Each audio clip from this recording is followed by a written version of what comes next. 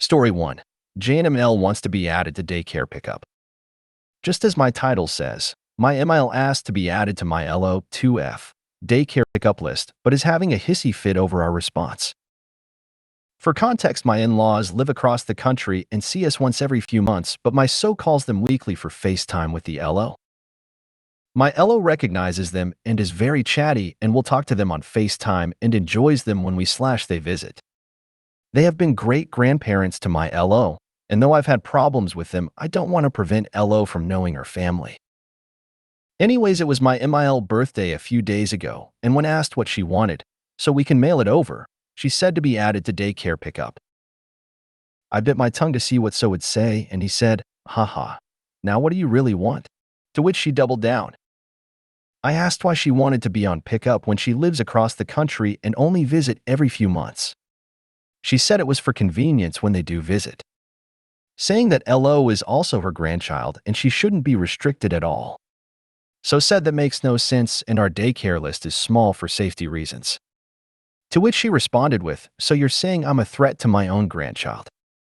After repeatedly telling her that's not the case, it just doesn't make any sense to put her on the list, she then asked who our third is. In our daycare, you need 3 contacts, each parent and an emergency contact. We told her it's none of her business. To which she blew up and said she has a right to know who can pick up her grandchild when she can't. We didn't budge on it. REC is our close friend whose child also attends the same daycare. They live 4 houses down from us. She started passive-aggressively mentioning that REC is probably my mother, which she always picks one-sided contests with. I said it's not, and she ignored me and kept on with the attitude. So said if she's going to act like a child, then she should go take a nap, and he will call her next week.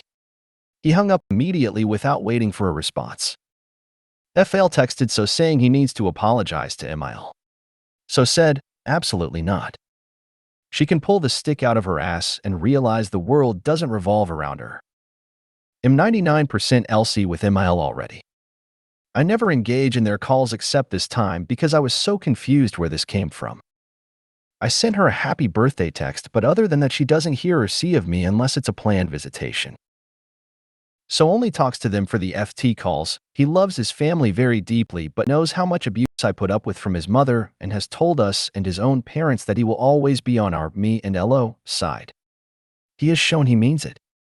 Now she's posting on socials that we are keeping her from her only grandchild and that we are poisoning LO against her and FL. We had family members text us today asking WTF is going on, and my mom chimed in to help in any way she can. I am so annoyed. I don't want to make So go in see either because though FL is a bystander who defends his wife occasionally, he is so great with LO, and my husband still wants a relationship with him, and my siblings are pretty neutral because they know their mom is cuckoo bananas, but she's funding their lifestyles pretty regularly. They're 32-29. And honestly, they all live close to each other, and she would definitely show up unannounced if they tried anything. This whole thing has been blown way out of proportions, and it's making me feel like she wanted to show up out of nowhere and take LO on a grandparent trip and didn't want to have to ask us. Or worse. Comment 1. My mom loves telling everyone she raised 3 kids on her own. The truth is that she left us at our grandmother's house 90% of the time. We only went home to eat dinner, bathe, and sleep 4, sometimes 5 nights a week. Then it was up again and back to grandma's. Weekends were mostly spent at grandma's. Once we were old enough, about 9 or 10, we watched ourselves at home. Every Saturday, she would stock up the kitchen and run off to her boyfriend's house for the weekend.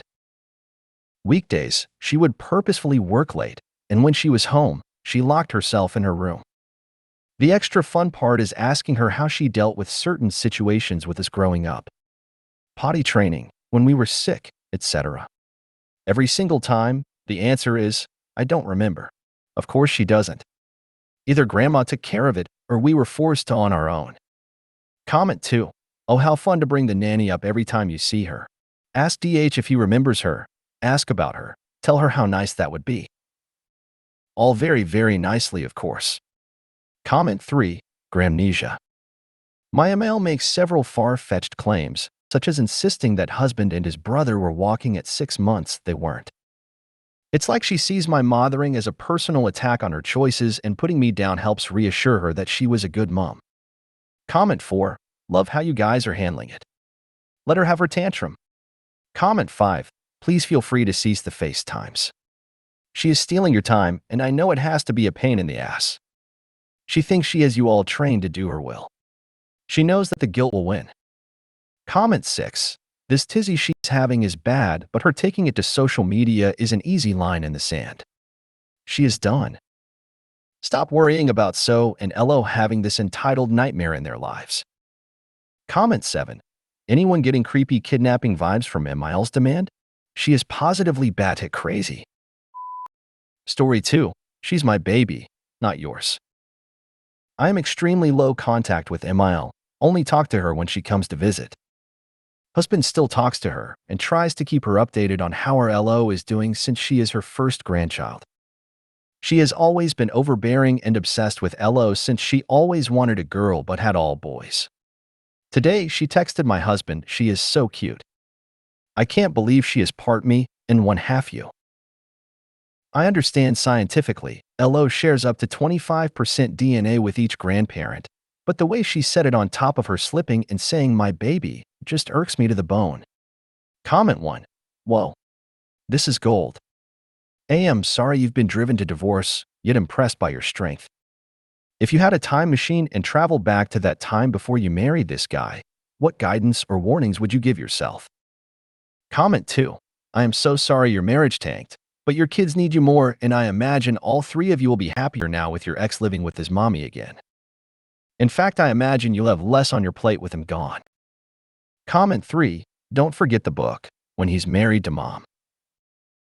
Comment 4. The moment a lady needs to highlight why she is connected to your family means she knows very well she is not welcome. And instead of asking herself why and changing her heart, she is opting for me, look at me, I am part of this. Comment 5. Yeah, the way she did that math is technically not incorrect, but is also phrased in the ickiest way possible. Like, why is she so into phrasing this like her and son made a kid?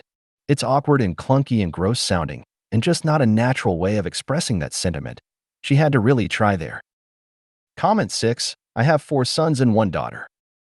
If I said anything like that to any of them, I'd fully expect them or their partners to put me in check, LOL. I'll bet your JNMIL is a huge fan of The Handmaid's Tale, but for all the wrong reasons. Story 3. STB XMIL ruined my wedding. My XMIL ruined my wedding. Literally. Story time, because a recent comment I made reminded me of this. This is 100% real. My STB ex-husband and I got engaged just before COVID, so we couldn't plan a real wedding. He wanted to get legally married for tax reasons, so we were just going to go to the courthouse one day. His mother called him upset like 2 days before, talking about how she was going to miss her baby boy's wedding, and you only really get married once. She invited herself to our court wedding even though no one else was coming. I said no. He caved. When my family heard his mom was coming, my family wanted to come. Then, because people were coming, the parents decided they needed to do a lunch. And because there was a lunch, my brother's girlfriend wanted to make a cake. But then if we have a cake, we need flowers. And since my mom bought me a bouquet, my ML brought me something borrowed and something blue. I said no to all of this, by the way, very loudly and very passionately. I did not want some weird 10-person luncheon in 25 degrees weather. I wanted the wedding my ex and I had talked about when we got engaged. The one we planned before COVID. But my ML steamrolled me and my ex let it happen. It was him picking between me and his mother. He did not want what his mother was asking for. Neither of us did. My ex and I were on the same page. My family and all our friends understood. No one had any problems except his mom. She was literally the only person out of like a dozen people who knew the plan who had to open her big mouth. They emotionally manipulated him. He was afraid to say no to his overbearing mother because he wanted to keep the peace. She called him every day crying. Neither of us wanted the wedding we got. Neither of us chose what happened. We did not want guests or flowers or a lunch or photographs. His mother harassed him about coming to the courthouse until he said yes, and when he said yes, I told my mom she could come, and that was the end of it. Then my ex's mother started a group chat with everyone and planned the flowers and the lunch and the photographs and everything without consulting us. I was literally eating breakfast across from the courthouse when my ML came up to me with all this shit in her hands and told me what was happening. I cried right there. My ex never stood up to her even though he hated all of it. So instead of having the wedding I wanted, I had a half-assed courthouse wedding with an outdoor luncheon in freezing weather, and most of the people I love were not there, including my own father. When I wanted to start planning my real wedding, my mother-in-law said, "Why? You already had a wedding." And that's how my mother-in-law literally ruined my entire wedding. ETA, this happened over 4 years ago. We were together for less than 3 years after we got married and we're currently getting divorced. Comment 1. Congratulations on your baby. Always remember that the door doesn't have to open just because they're knocking on it. Comment 2. The day we told my in-laws I was pregnant, mine went on a tangent about how she needs to be as close as possible to the hospital for when I go into labor. They live 8 to 9 hours away. So I guess around my due date they were going to just hang around up here? I have no idea. They weren't very happy when my husband told them we don't want people waiting at the hospital while I'm in labor because we wanted time after to get settled and enjoy our baby. She thought she could storm the room as soon as I popped the baby out. She also told me I don't need to be in the room, but in a tone that she was clearly sending the message she wanted to be. Comment 3. Oh honey, this is a massive red flag. MIL is beyond controlling. This is stalking. I hope you can put up boundaries and your husband have your back. This is the moment you need to put your feet down. Comment 4. I said no. He caved. That says it all. Comment 5. My MIL steamrolled me and my ex let it happen. Yes, he did. But you also let it happen. If you really wanted it to be just the two of you there, you could have moved up the date without telling anyone, or you could have put your foot down and said it's either our way or we are canceling everything. Then the two of you go off and elope. I know standing up to an overbearing parent is easier said than done, but it seems like the two were on the same page and should have been presenting a united front. Comment 6. If you give a mouse a cookie. Glad you're getting rid of him and the JNMIL. Comment 7. Well, if you get married again, you'll know what not to do and not let happen. If you made it to the end of the video, thanks for watching. Don't forget to like, subscribe, and share, and we will see you in the next video.